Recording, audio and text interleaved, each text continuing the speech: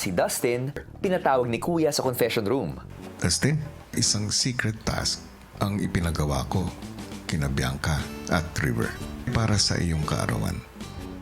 At gusto kong ipaalam din sa iyo na nagtagumpay sila. Narito, Dustin, yung bahagi ng sorpresa. Hi anak, happy birthday. Dito kami, celebrate kami ng birthday mo. Galingin mo dyan, miss ka na namin. Happy birthday! Love you! Na-appreciate ko yung efforts. Pero Dustin, hindi pa dyan nagtatapos yung sorpresa. May isang bahagi pa. Inihanda ko ang isa sa mga napag-usapan namin.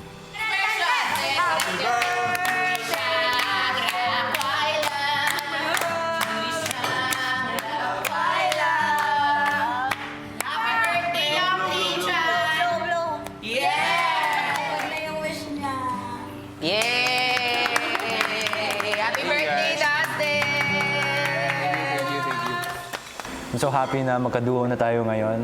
Hindi lang tayo duo dito, pero alam ko paglabas natin dito, duo pa rin tayo. Happy birthday. Thank you, Riz.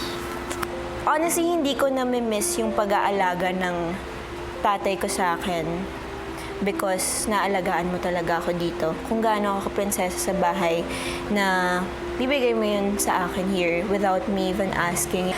And thank you for that. Happy birthday! Thank you, Bian.